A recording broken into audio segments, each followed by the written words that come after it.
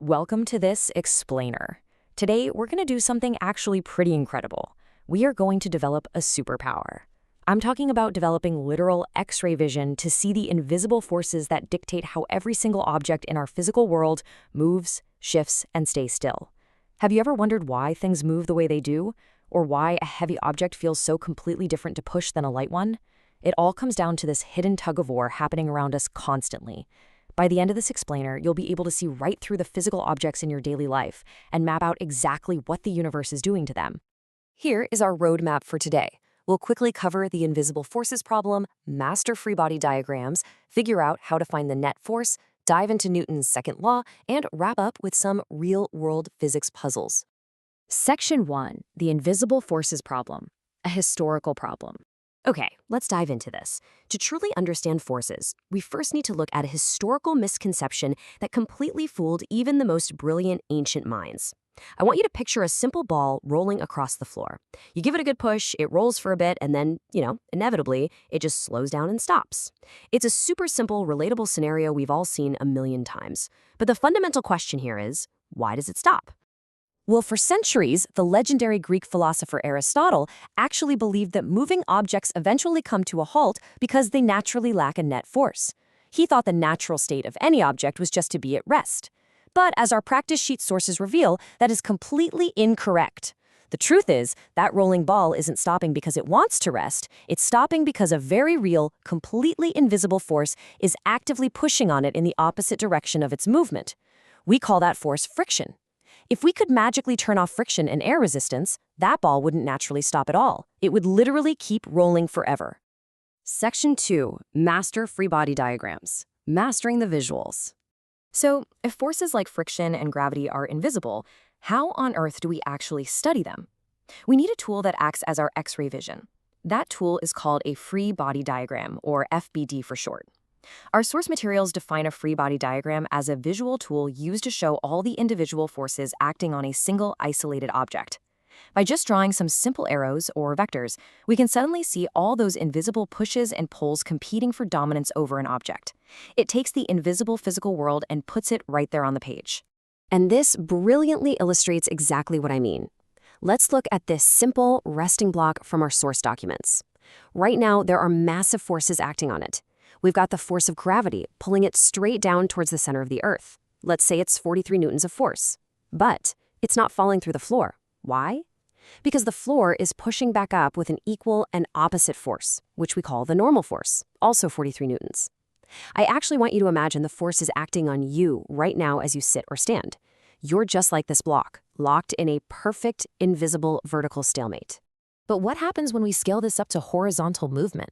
We still have gravity pulling down and the normal force pushing up, but now we've added horizontal arrows. Imagine you tie a rope to this block and just pull it. That's the tension force, pointing right. But the floor doesn't want to let it go easily, right? So we draw an arrow pointing left representing friction. The length and direction of these arrows tell us the entire story of exactly what this block is experiencing. Section 3, Finding the Net Force. Combining the vectors. Once we have our arrows drawn, how do we make sense of all these competing pushes and pulls? We've got to combine them into one single reality. This brings us to the concept of net force, written as F net. Net force is simply the combination, or the vector sum, of all the forces acting on an object. Think of it like a giant game of tug-of-war. Our sources give a really great example. Imagine two people competing over a rope. One pulls east with a force of 20 newtons, and the other pulls west with a force of 5 newtons. What happens? The person pulling east wins the battle by 15 newtons. So the resultant net force is 15 newtons east. All the chaos condenses down into that one final number. Let's dramatically contrast these two situations. On the left, we have a block being pulled with 20 newtons to the left and 20 newtons to the right. It's a dead tie. The forces are completely balanced, the net force is 0, and this block is static. But look at the right side.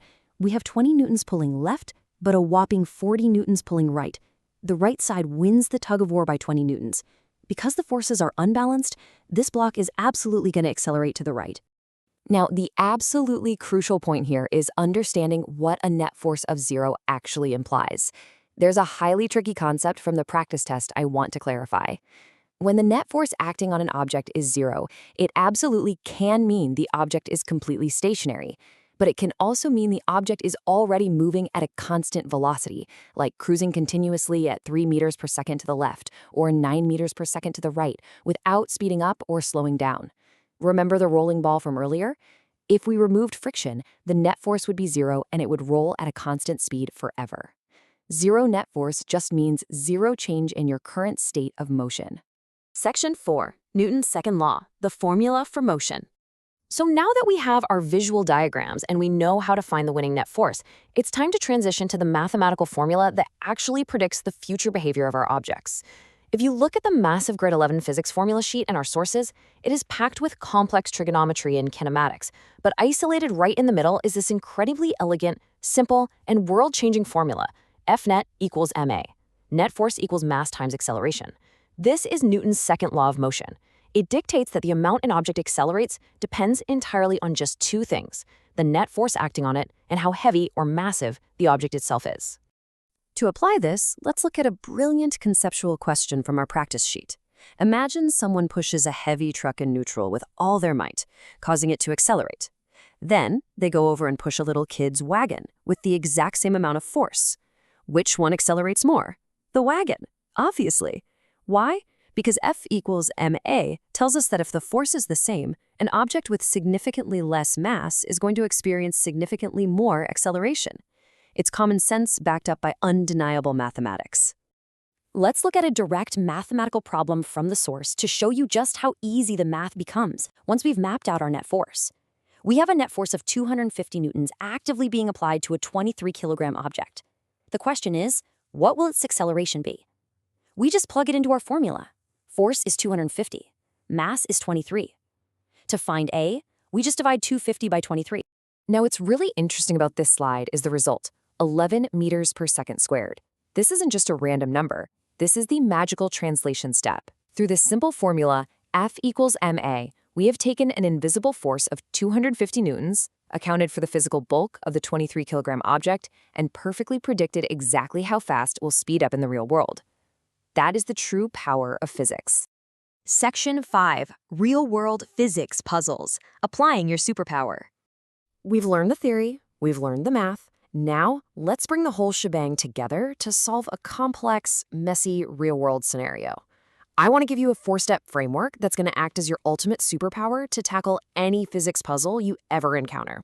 Step 1, don't get overwhelmed, just identify the one specific object you want to study. Step 2, draw your free body diagram to give yourself that X-ray vision of the forces. Step 3, do the tug-of-war math to calculate the net force. And step 4, use F equals ma to find the acceleration. Let's test it out. Let's move to and see how this builds into our final boss puzzle straight from the practice sheet. The situation is this: a man is pushing a child who is sitting on a sled at a constant velocity through the snow. Just looking at this, it's a super messy real-world scene. How do we even begin to mathematically analyze this?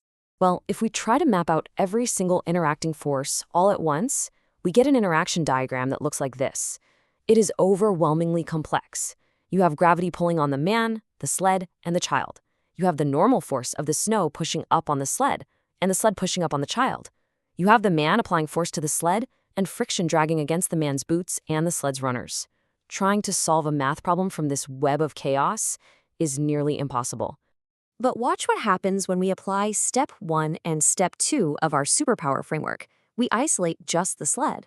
Suddenly, we cut through all the noise. We draw our free body diagram, and it turns that chaotic, snowy scene into a clean, totally solvable diagram. We only care about the normal force of the snow on the sled, the gravity of the earth on the sled, the applied force from the man on the sled, and the friction from the snow on the sled. Furthermore, because the problem told us the sled is moving at a constant velocity, we immediately know from our earlier lesson that the net force on this sled must be exactly zero. The applied force pushing it forward perfectly matches the friction dragging it back. By using free body diagrams and Newton's second law, we can literally tame the chaos of the physical world into clean, predictive logic. As we wrap up this explainer, I want to leave you with one final provocative thought about your own state of motion. As you sit here watching this, your forces are completely balanced.